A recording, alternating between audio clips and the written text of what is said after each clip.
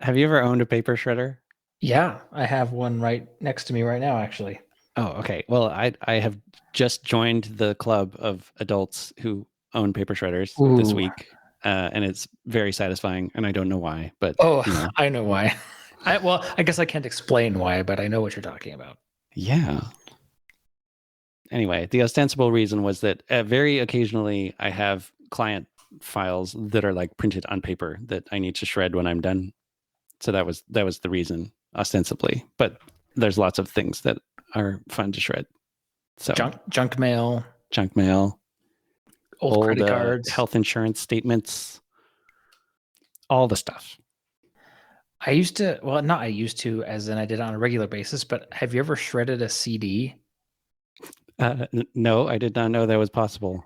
I mean, it's possible. I don't know if it's recommended. It's I mean, you messy. can put credit cards in this machine, so I suppose that's not so different from a CD, other than the size. CDs are much more brittle. They crack and it kind of goes Oh, all over. But anyway, that's exciting. Hey there, I'm Steve. and I'm Tyler, and welcome to It's Not About the Money, where we discuss a wide range of topics related to entrepreneurship, leadership, productivity, and of course, money. We're not here to bore you with financial jargon or the tax code, although we might. Normally I say, but not on purpose, but sometimes I think we do it on purpose.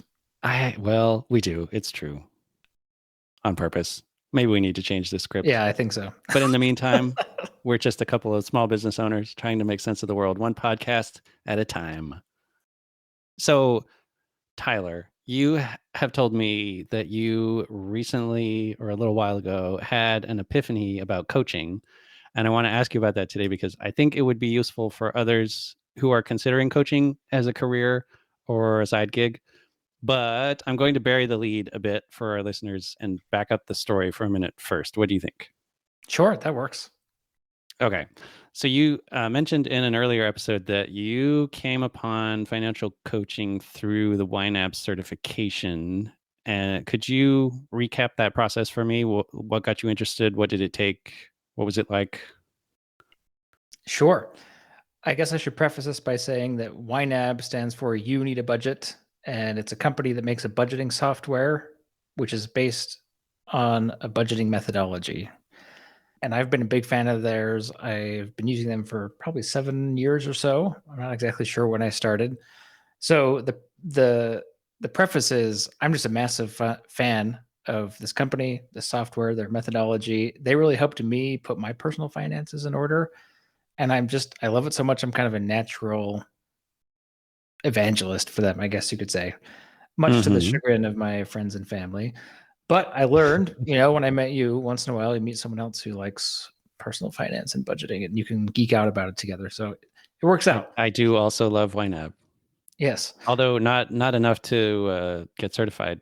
So tell me more about that. Sure. And that is why I did it, out of excitement, and I guess love might be a strong word, but excitement about the product. I can't remember where I first saw it. It might have been on Twitter, back when I was on Twitter, but I saw somebody mention on the internet that you could become a YNAB certified budgeting coach. And I didn't even know what that meant before I was like clicking apply. I was like, oh, that sounds cool. I want to be more involved in YNAB. Anyway, it's basically they are certifying people to be able to understand and teach their methodology for budgeting, which is actually pretty simple. It's just 4 rules that they ask you to follow. Sorry, they don't ask you to follow them. They recommend them, and if you follow them, it's easier to do your personal finances and feel like you're in control of your money. It's more of a Um, carrot than a stick. yeah, I mean, I guess you could think of it that way. It's more of a paradigm, I would say. You've heard of Yeah. like various budgeting methodologies out there. Maybe you've heard of Dave Ramsey and his 7 baby Mm-hmm. steps. That's one example. Except for YNAB has 4 rules, and we can talk more about those another time. But anyway, Yeah. Okay. so I was just excited. I've kind of been a fanboy of the company. I've like stalked some of their employees on LinkedIn to see if I could get connected with them, and so they could hire me someday. That kind of thing. It's a little much, So I was like, sweet, an opportunity to kind of get more involved with this company. And, I had no intention. I didn't really know what coaching was. I'd heard of life coaching, but I knew that I liked YNAB. I knew that I liked talking about budgeting with people in my regular everyday life. And wouldn't it be fun to be, quote, qualified to do it? I guess you could say certified, right? So I applied. It was a 3-month program, and it was live instruction. There was an element of live instruction to it for 3 months, where you go really in depth on the YNAB method and really in depth on the YNAB software. And I did learn a few things that I hadn't known before about how to use it, kind of tips and tricks and advanced use cases. And then there's also a whole section about how to work with different types of people, like personality wise or financial situation wise, and help them overcome personal finance challenges.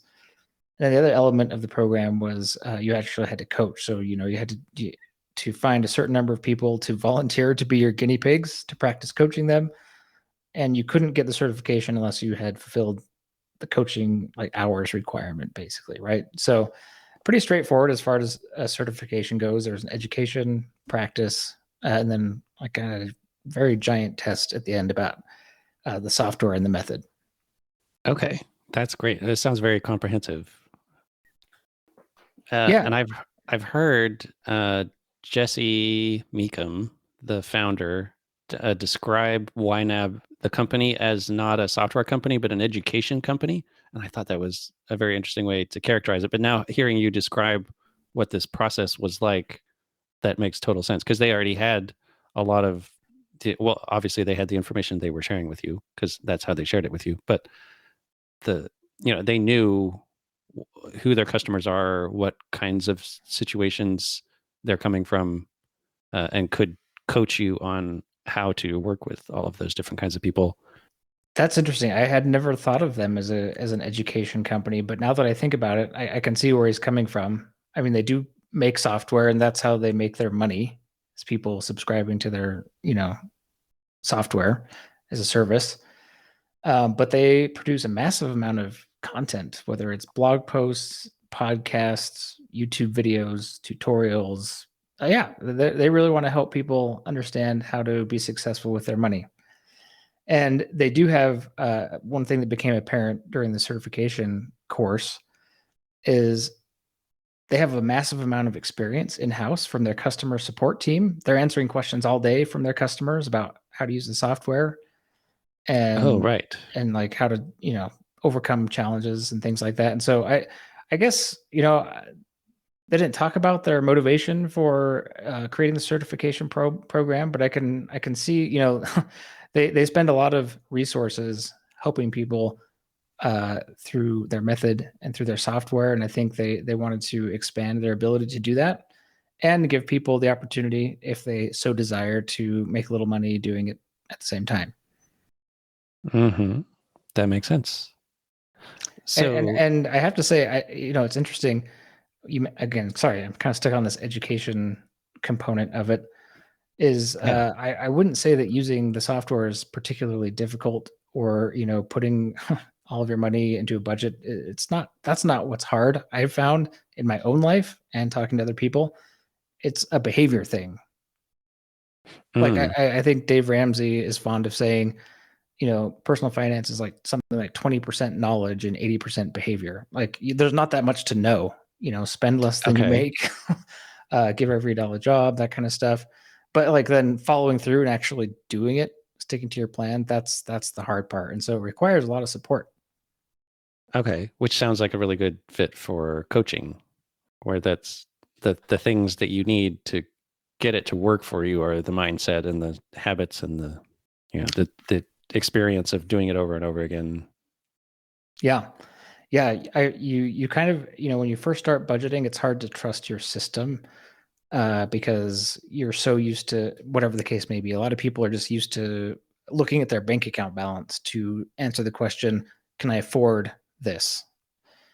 But that number Mm-hmm. alone, if you only look at your bank account balance before you make a big purchase, doesn't tell you any information about what else you might need that money for. And so that's where budgeting comes in. Right. Okay. So I heard that from Jesse on a podcast that he does with somebody else named Mark Butler, Oh yes. called. Have I mentioned I'm a huge fan of Mark Butler? Oh, okay. Yes. Go I on, think you. go on. I think you have. Yeah.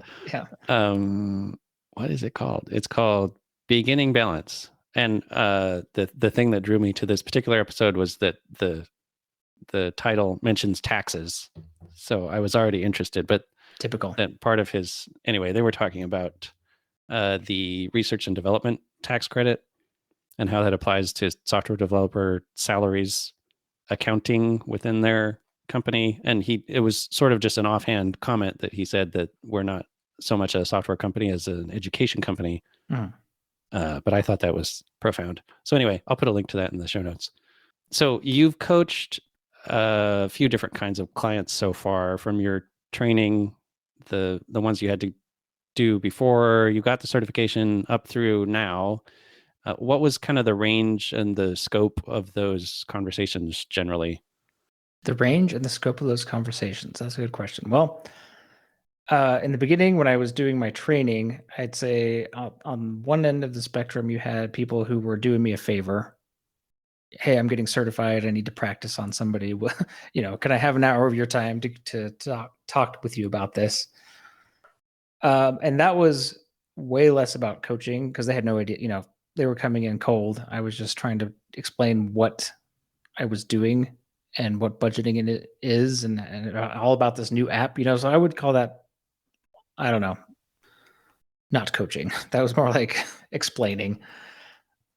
And then on the other end of the spectrum, after I became certified, now that I'm working with real clients and I shouldn't say real clients. I'm sorry, everyone is a real client, but paying clients, I should say.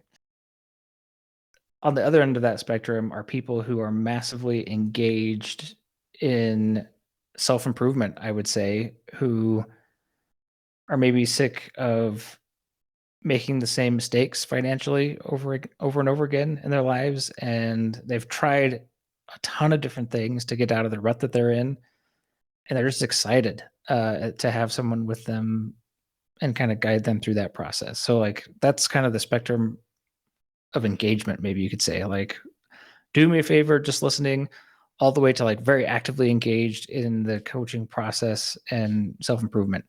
Yeah. Okay. And what topics have you covered with all of these different people? Does it range from like how to use the software or how to change your mindset, everything in between? Yes. So, yes, it covers every topic you can imagine related to personal finance and in particular budgeting. I will say the first couple of clients that I worked with after I became certified were asking me a lot of questions about how to use the software. Okay. And that's where we spent most of our time. Were these clients that came to you through the YNAB coaching directory? Yes. Okay. So I Yep. guess that makes sense that they were looking for, I need a YNAB coach. Yes. Here's one named Tyler. Let me call him up and see. That's right. And in my listing in the YNAB directory at that point in the game, I had a little blurb. You have like basically a tweet's length of characters to describe yourself, to kind of advertise your services there. And my wording was more focused on that. It was along the lines of learn the YNAB method, master the YNAB apps, work with me. So that's kind of what I was looking for, I guess, at that point. Okay.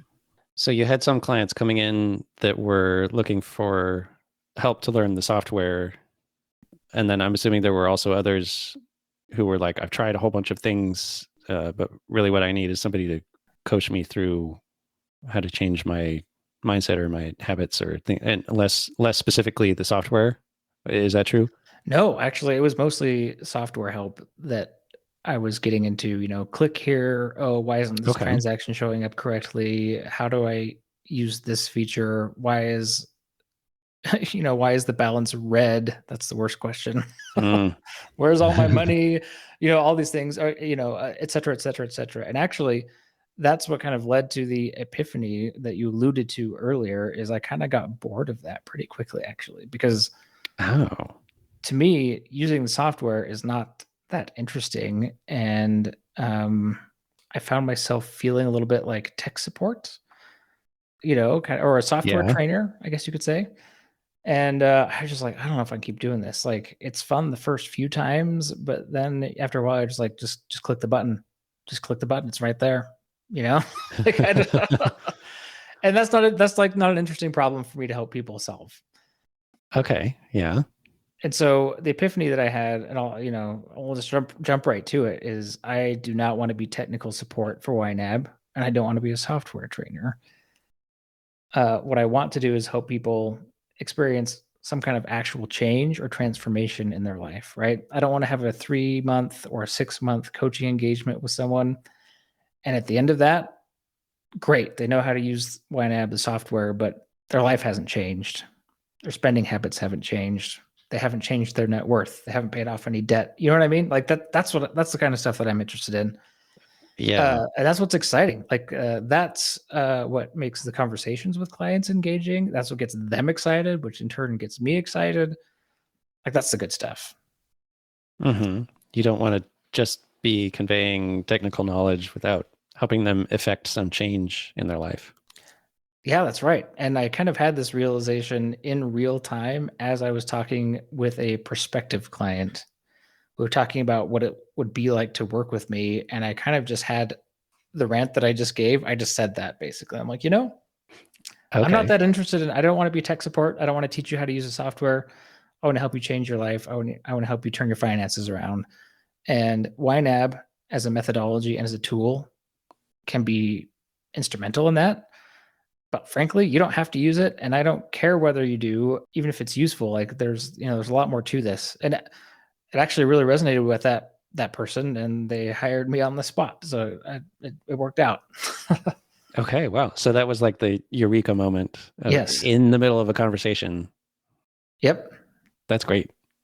Basically because I was bored. I was like, I don't want to show someone how to log into the software again or whatever, like click the button. Yeah, so for sure. And it's been very, very rewarding since then. It was a great realization that led to a pivot in how I approach everything, from what's on my website to how I engage with people the first time. It's been great. I think this is a great example of the iterative approach that you have to take when you're starting a business, of just first of all figuring out what it is you want to do. You kind of had that, you want to do financial coaching, but then figuring out what kind of client do I want to serve? What problems do they have that I want to help them solve and I'm good at helping them solve?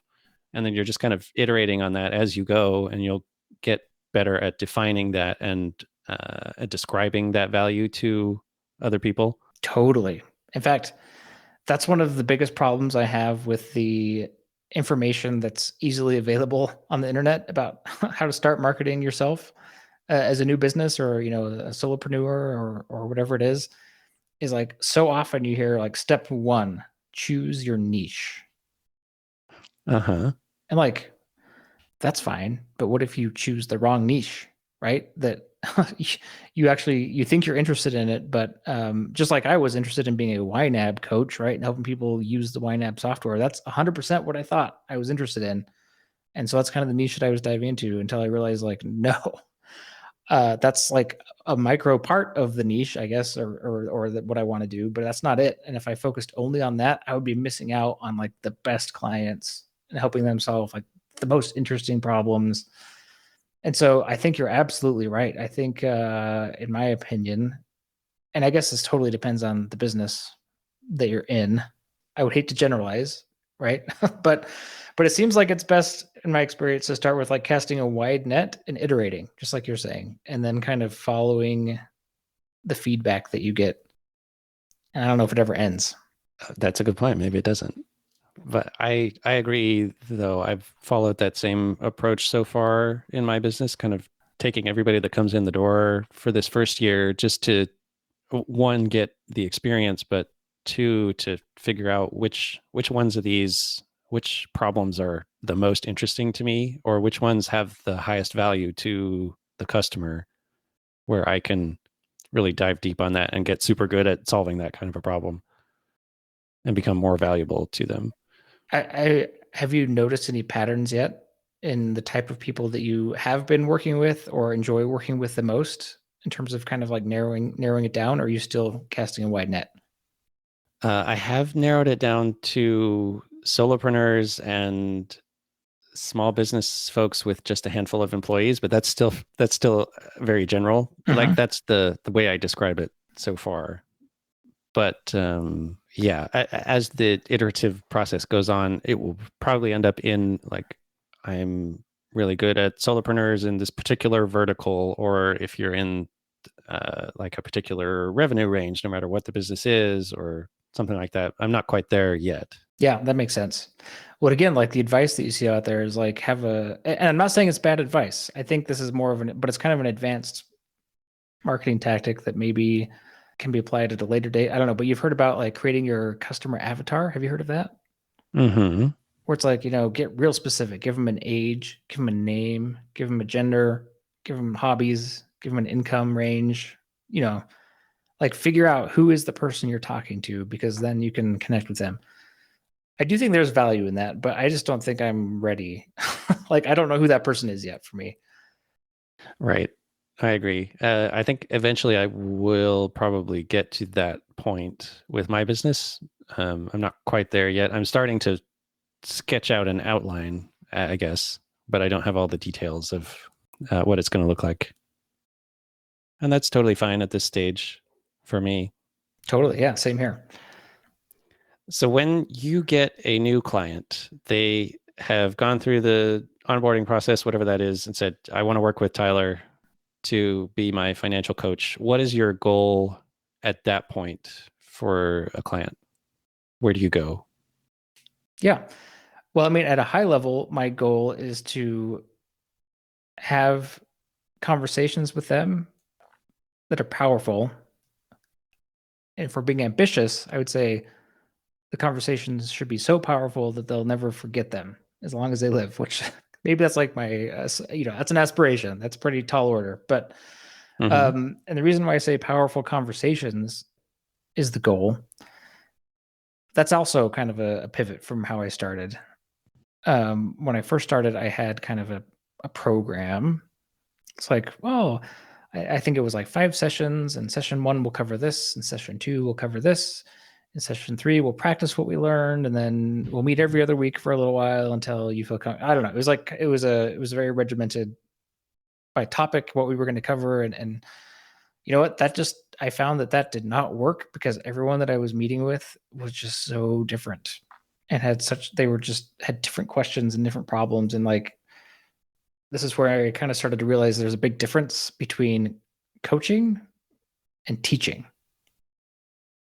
So similar, Oh, yeah, interesting. yeah. So similarly, how I think there's a difference between like tech support and coaching. Like we talked about that already. But teaching. If I was teaching, I could make a course, or I could recommend they watch one of the many, many, many YouTube videos that YNAB, the company, has already produced about how to use their software and learn their method, right? Yeah. Or I could make my own course and I could try selling that.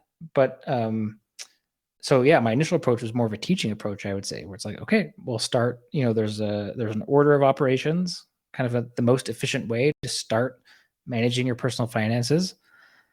I still think that's true in a general sense, but the problem is everybody has progressed a certain amount already along that spectrum, along that path, and so sometimes it doesn't make sense to start at the same place at the beginning, if you will. So I now, see. Okay. instead of that being the goal, I guess the goal back then would have been I had actually I literally had a checklist of like skills to learn, and my goal is to get them all checked off with that client. It's like, oh, you can reconcile your accounts now. Oh, you can assign money to budget categories, and so on and so forth. There was like 20 of these things, 20 to 30 of these skills. Mm-hmm. But yeah, now the goal is to have powerful conversations that change their mindset, change their lives, because the technical aspects tend to flow from, once they're enthused and once they like see themselves making progress. If you start too much in the weeds of the details of how to use the software, I found that they don't have any quick wins, and so it's like your momentum gets killed early on, and it's not a very pleasant experience. So yeah, that was a very long way of saying the goal is to have transformation through conversation.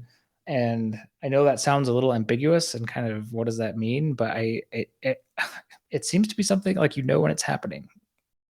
Yeah, that is super interesting because when I asked the question, I was expecting you to have like a goal of like a like an end point in mind of like we will get this together, we will get you to this point. We'll get you out of debt. We'll get you Get you whatever, out of right? or whatever it might have been. I didn't know what it would be, but your answer is more like it's going to depend on you, and we're just here to have powerful, transformative conversations as we go along that will move you along your journey to wherever it is that you want to go.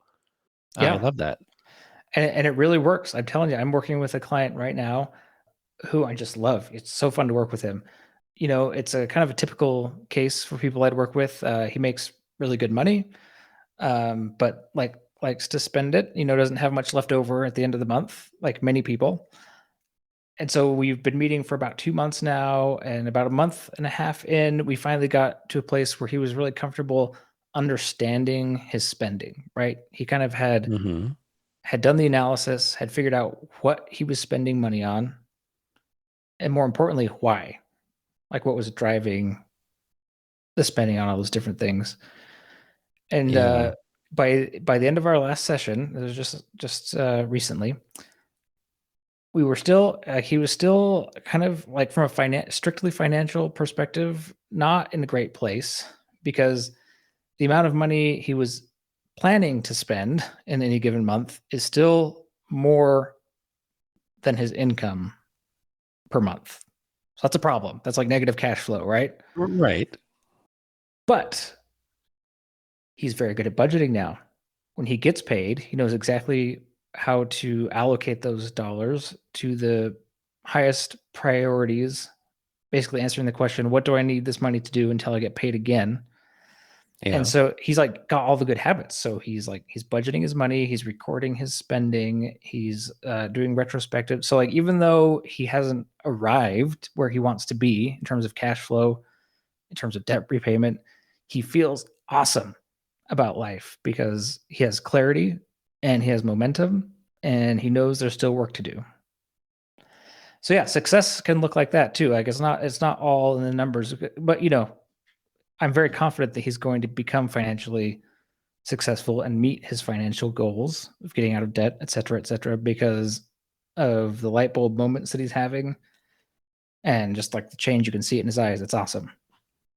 Yeah, developing that understanding of what is going on, where the money goes, and also the technical skills of how to manage it so that you can get it to do what you want it to do. And then it may take some time to get there, and that's okay. Yeah. Because yeah, that's great. I want to pivot a little bit here and ask you what life experience you have that brought you to coaching. Can you look back now and see, oh, here and here and here in my life I was expressing interest in being a coach, but I didn't realize it at the time, perhaps, or I don't know, something like that. Do you Sure. have any of those kinds of experiences? Yeah. I mean, if you can't tell by now, I'm pretty obsessed with the idea that conversation can be powerful. And I think most of my life that I can actually remember, I've felt the same way. I just never would have called it coaching. I would have called it like friendship or just having interesting or deep conversations. I mean, I can remember stuff all the way back to my teenage years. Like I used to work at a scout camp in the summer. And you sit around Mm-hmm. the campfire late at night and talk about things that are important to you and with other people your age. Like that was formative for me, like having those deep conversations about important things. Yeah. Later in my life, I served as a missionary, proselyting missionary in Russia. And that's the same thing. You're just having conversations with people all day, every day about stuff that's important to them, stuff that's important to you. And then that's kind of how I like my friendships to go too. Some people might think this is boring, but like at the top of my list of things that I would love to do with you if we were hanging out, it would be just chatting, just talking, like what, and going deep. And I guess that's kind of maybe also why we're doing a podcast. I don't know. That's basically what this is, I guess right? So it's kind of an outgrowth of our yeah, friendship, which is, as you describe it, of long, thoughtful conversations about yeah, deep things. Yeah. yeah. And then and we've had many of those in our personal friendship too, not related to anything that we're talking about right now. So Right. it's just kind of, maybe I'm an addict to conversation. I don't know, but so that's one side of it. The other side is, a lot of my professional career has been in management roles where I'm, manager of people basically. So people directly reporting to me and being partially responsible for their professional growth, for their performance, et cetera, all the things that are involved with being a boss. And I wish I would have had some of the thoughts and frameworks that I've gained over the last year about coaching in my professional career before this. Cause I mean, there's a lot of coaching opportunities in a management role in a profession, right? I mean, there's Yeah. mentorship opportunities, there's opportunities to correct people who maybe have done something wrong or don't know how to do something and teaching them. So yeah, there's a lot of application there that I'm currently trying to apply from this experience. So that's another area. Okay. I have a thesis that I would like to eventually prove out in Oh, some good. conversation with you that goes something like everything I needed to know for a career in coaching, I learned as a middle manager, I love as that. sort of the provocative title of it. But it sounds like from what you just said that there's maybe something there. So we should explore that in the future. That sounds like a book title or something. Yeah, that's Right. A play on the everything I needed to know about something I learned in kindergarten. I don't yeah. remember the original book, but yeah.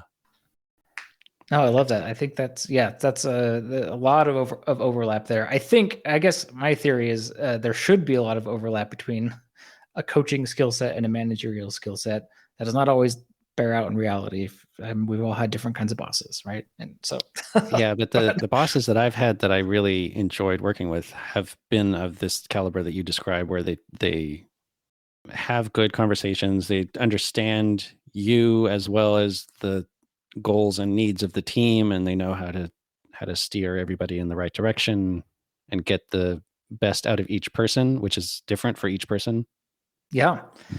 Well, that's interesting. That connected with something in my mind. There's another coach, kind of I don't know if celebrity coach is the right word for it, but his name is Rich Litvin. He actually wrote or co-wrote the book, The Prosperous Coach, which I get a lot of my inspiration from. And he has a podcast. He has many YouTube videos as well. But one of his taglines is this thing that we call coaching. Like, it wasn't always called coaching. It used to just be called leadership. Uh, And I find that really interesting. that Just is really food for interesting. thought. Yeah.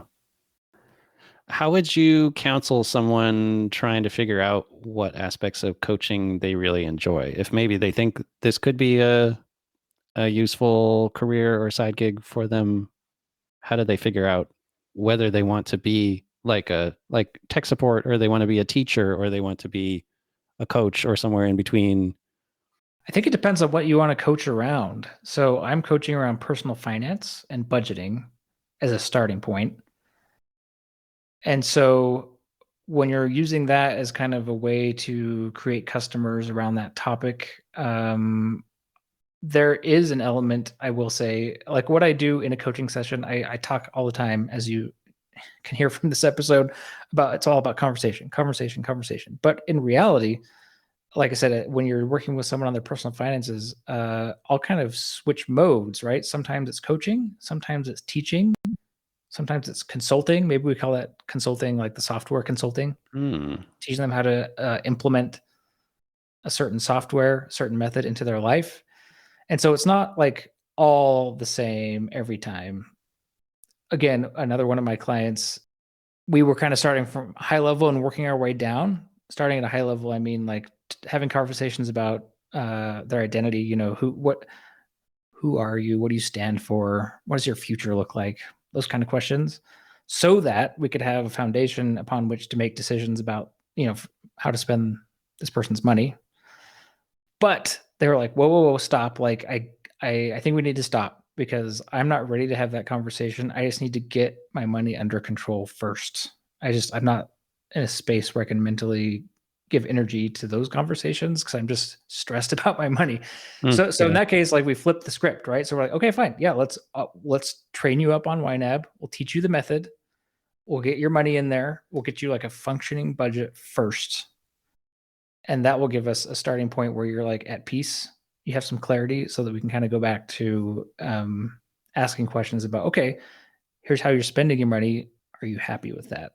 And then kind of work our way back up the ladder. So I guess the point of saying that is, again, every engagement with the client is different. And I kind of like to think of it as the person is the program. Like we just go where they need to go to get the most out of working together. Oh, I like that. The person is the program. Yeah, instead of trying to cram every person into the same program. Yeah. Okay.